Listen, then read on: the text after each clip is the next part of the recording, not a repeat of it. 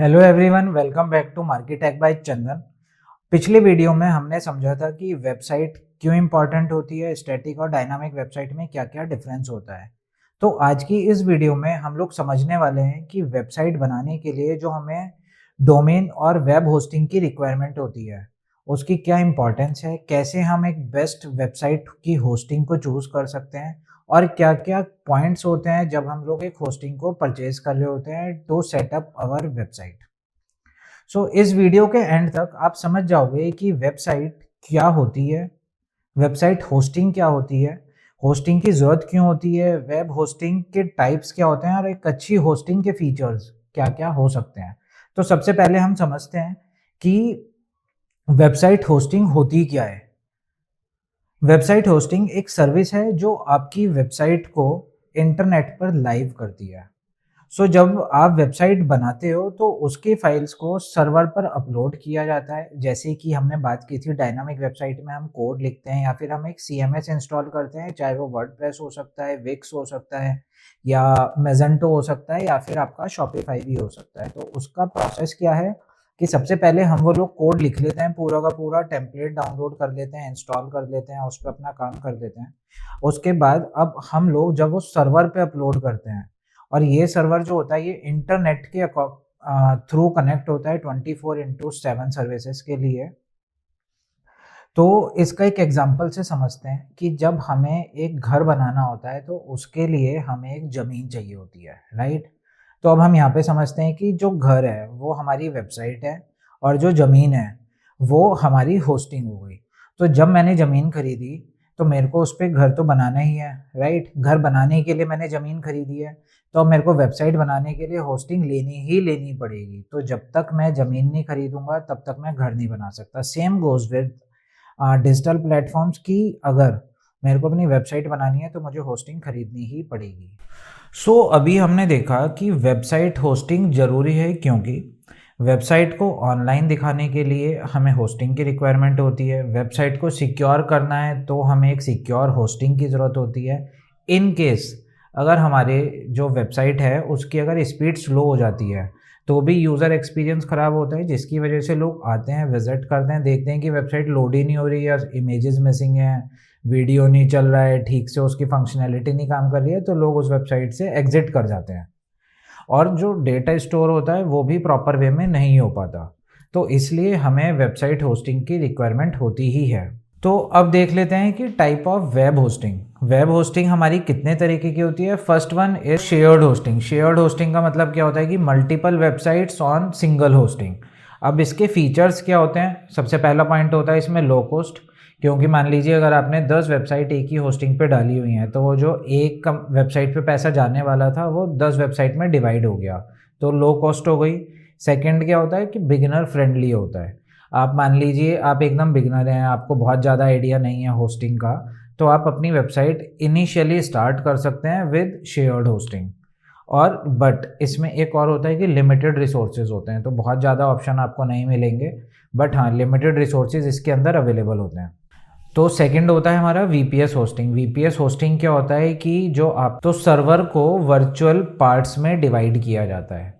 अब इसके अंदर फीचर्स देख लेते हैं क्या क्या होते हैं। तो पहला फीचर होता है बेटर परफॉर्मेंस, क्योंकि आपका जो है इसके अंदर वर्चुअल पार्ट्स में आपका जो सर्वर है वो डिवाइड हो गया, तो इसमें आपको बेटर परफॉर्मेंस मिलती है वेबसाइट की, कंट्रोल्स बहुत ज़्यादा मिल जाते हैं आपको। और उसके बाद ये थोड़ा सा मीडियम कॉस्ट होता है।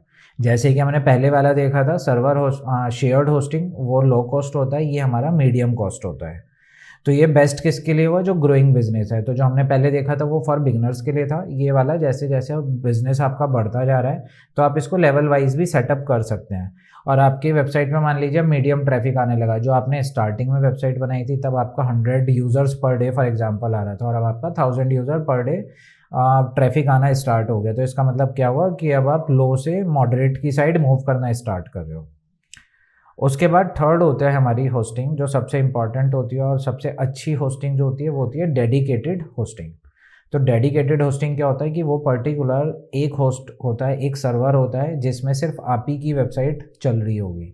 तो उसमें क्या होता है, क्योंकि वो एक ही वेबसाइट को रन कर रहा है तो उसमें क्या हुआ, हाई स्पीड आएगी, हाई सिक्योरिटी आपको मिल गई। और उसके बाद क्या होता है कि ये कॉस्टली भी पड़ता है। तो जैसे हमने सबसे पहले वाला देखा था वो लो कॉस्ट था, सेकंड वाला मीडियम कॉस्ट था, और ये एक्सपेंसिव होता है क्योंकि इसमें सिर्फ और सिर्फ पूरा का पूरा होस्टिंग सर्वर जो है वो आप ही की एक वेबसाइट के लिए बनाया जाता है, जिस पे कि आप कितना भी ट्रैफिक ले आओ वो सारा का सारा ट्रैफिक झेल जाता है। उसके बाद सबसे लास्ट वन हमारे लिए क्या आया, cloud hosting. Cloud hosting means कि वेबसाइट जो है वो मल्टीपल सर्वर पे जा रही है। तो जैसे कि हम देखते हैं कि अमेज़ॉन, अगर हम बात करें इन बड़ी बड़ी वेबसाइट्स के बारे में या फिर गूगल के बारे में, तो आप समझ सकते हो कि गूगल पे इतना ट्रैफिक है कि वो एक नॉर्मल होस्टिंग के अकॉर्डिंग या एक नॉर्मल होस्टिंग पे प्लेटफॉर्म पे नहीं जा सकती गूगल की वेबसाइट। तो ये लोग क्या करते हैं, ये मल्टीपल सर्वर्स को मिला के एक क्लाउड होस्टिंग क्रिएट करते हैं। तो जैसे कि हमने देखा था डेडिकेटेड होस्टिंग पे हमने बात करी कि उसमें एक वेबसाइट जाता है और कितना भी ट्रैफिक आ सकता है, बट एक लिमिटेशन के साथ आ सकता है।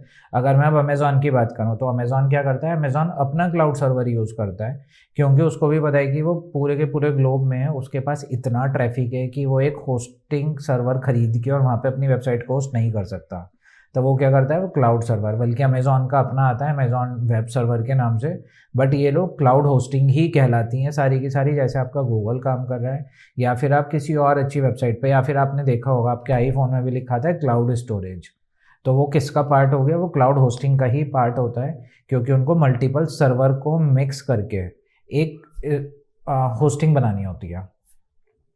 तो इसके फीचर्स की अगर मैं बात करूं तो इसमें क्या होता है, हाई रिलायबिलिटी होती है इसमें, क्योंकि हायर ट्रैफिक होता है, बड़ी बड़ी वेबसाइट ही इसको यूज़ कर सकते हैं, जो बहुत बड़े बिजनेस हैं वही इसका यूज़ करते हैं। स्केलेबल होता है और इसमें एक और फीचर होता है, जैसे कि हमने बात की थी कि कॉस्टिंग की, तो सबसे पहला हमारा वो था कॉस्ट वाला, फिर मॉडरेट था, फिर एक्सपेंसिव था। ये क्या है कि एज पे एज यू एज, तो इसका मतलब क्या हुआ कि आप जितना यूज़ कर रहे हो आपको उसका उतना ही पेमेंट करना है। तो अब हम बात करेंगे features of good web hosting. तो feature of good web hosting में सबसे पहला पार्ट होता है अप टाइम का, कि वेबसाइट कितने टाइम ऑनलाइन रहती है, कितने टाइम डाउन हो जाती है, वो आपके लिए बहुत इंपॉर्टेंट है। कि अगर मान लीजिए कि आपकी वेबसाइट पे कोई भी यूज़र आया और उसने देखा कि वेबसाइट आपकी डाउन पड़ी हुई है, तो यूज़र एक्सपीरियंस ख़राब होगा, आपके ब्रांड बिल्डिंग ख़राब होगी, आपका नाम ख़राब होगा। तो उसके लिए अप टाइम कितना अच्छा माना जाता है, 99.9% अगर आपकी वेबसाइट का अप टाइम है तो वो सबसे अच्छा माना जाता है। सेकंड क्या होता है, सेकंड होता है स्पीड एंड परफॉर्मेंस, कि आपकी जो वेबसाइट की स्पीड है, उसकी जो परफॉर्मेंस है, मतलब कि उसका लोडिंग टाइम, आपने उसमें इमेजेस डाली हैं, वीडियोस डाली हैं, टेक्स्ट डाल रखा है, कहीं पे कॉल टू एक्शन के लिए आपने कुछ बटन्स लगाए हुए हैं, तो वो कितनी स्पीड के साथ पूरा का पूरा उसका फॉर्मेट साफ आ रहा है, पूरी की पूरी वीडियो क्लीन आ रही है, तो वो सब चीज़ें उसके अंदर मैटर करती हैं। तो अब इसमें तीसरा पॉइंट क्या है, सिक्योरिटी। तो SSL सर्टिफिकेट इसमें एक पार्ट होता है, सेकंड होता है आपका फायरवॉल लगाना, और तीसरा होता है मालवेयर प्रोटेक्शन। तो वो होस्टिंग का ही पार्ट होता है, जिसमें जब हम होस्टिंग खरीद रहे होते हैं तो वहाँ पे लिखा होता है कि SSL सर्टिफिकेट इंक्लूड है या नहीं है, मालवेयर फंक्शन इंक्लूड है उसको रिमूव करने के लिए या नहीं है, या फिर उसमें फायरवॉल सिक्योरिटी सिस्टम लगा हुआ है या फिर नहीं लगा हुआ है।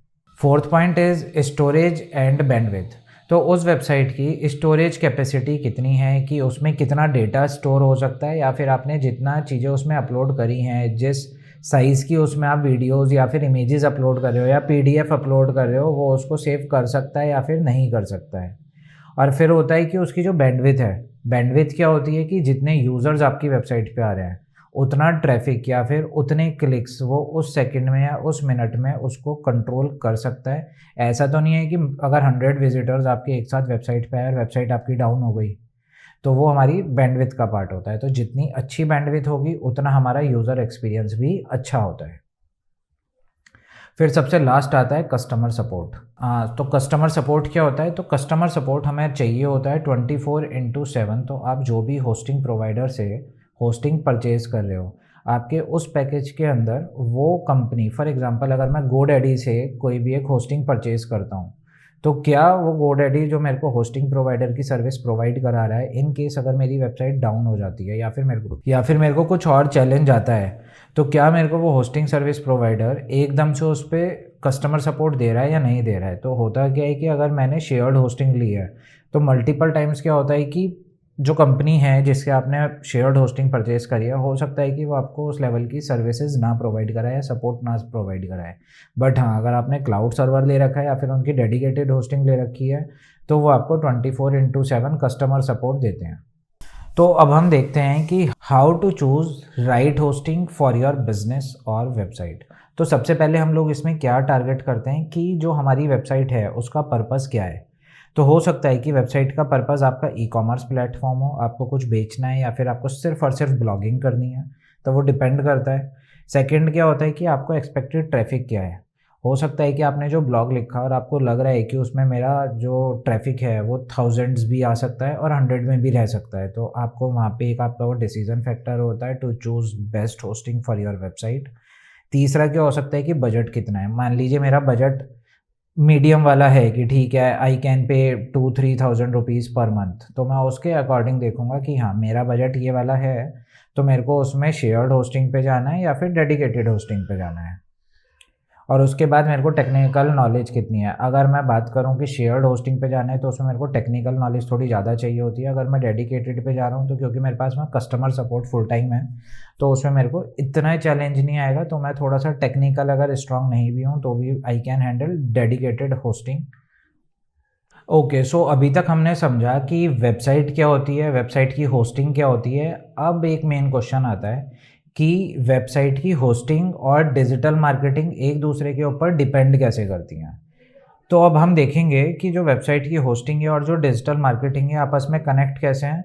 कि अगर वेबसाइट की स्पीड स्लो है तो आपका जो एसईओ है, सर्च इंजन ऑप्टिमाइजेशन है, वो कभी भी बेटर नहीं हो सकता। तो अगर आपको सर्च इंजन ऑप्टिमाइजेशन पे आप बहुत सारी चीज़ें कर रहे हो, आपके कीवर्ड सारे रैंक करने स्टार्ट कर चुके हैं, बट आपकी वेबसाइट पे ट्रैफिक इंक्रीज़ नहीं हो रहा, उसके पीछे का रीज़न ये हो सकता है कि आपकी जो वेबसाइट की होस्टिंग है वो उतना ट्रैफिक झेल ही ना पा रही हो सकता है आपका डाउन टाइम ज़्यादा बढ़ गया हो। तो ये दोनों आपस में कलेक्ट करते हैं।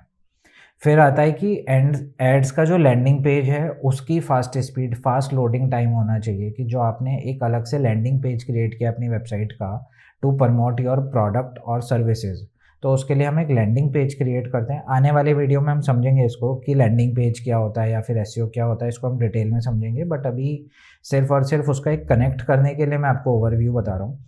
तो एड्स का लैंडिंग पेज फास्ट होना चाहिए। वो डिपेंड करता है आपकी होस्टिंग के ऊपर कि उसमें इमेजेस एकदम से लोड हो पा रही है या नहीं, या फिर अगर आपने कोई फॉर्म लगाया हुआ है उसके अंदर जो लोग फॉर्म फिल करते हैं, तो आपका लीड जनरेशन का अगर कोई कैंपेन है और आपकी होस्टिंग अच्छी नहीं है तो भी एक यूज़र एक्सपीरियंस ख़राब हो सकता है वहाँ पे।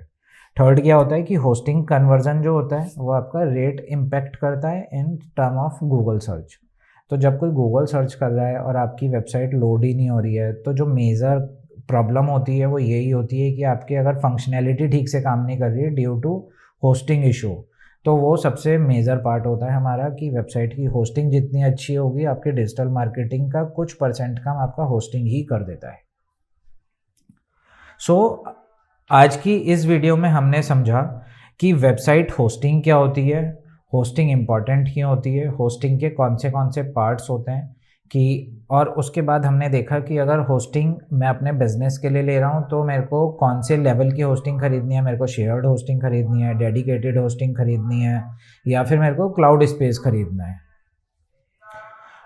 अगर आपको ये वीडियो हेल्पफुल लगा हो, अच्छा लगा हो, तो वीडियो को लाइक करें, कमेंट करें। और हाँ, अगर किसी को कुछ भी क्वेरी है होस्टिंग से रिलेटेड तो आप मेरे को कमेंट कर सकते हैं और मैं कमेंट में आपको रिप्लाई कर दूंगा कि कौन सी होस्टिंग आपको अभी खरीदनी चाहिए और कौन सी नहीं खरीदनी चाहिए। और नेक्स्ट वीडियो में हम लोग कवर करेंगे कि डोमेन कैसे परचेज करना है और डोमेन क्या होता है। उसके बाद उस वीडियो में हम लोग इसको थोड़ा सा प्रैक्टिकल साइड पे भी लेके चलेंगे, स्क्रीन पे देखेंगे कि अगर मेरे को एक डोमेन खरीदना है उसके साथ मेरे को होस्टिंग खरीदनी है, तो मेरे को डोमेन कहाँ से खरीदना है, होस्टिंग मैं कहाँ से खरीद सकता हूँ। तो उसके लिए नेक्स्ट वीडियो देखना ज़रूरी है। तो अभी के लिए thank you so much for watching.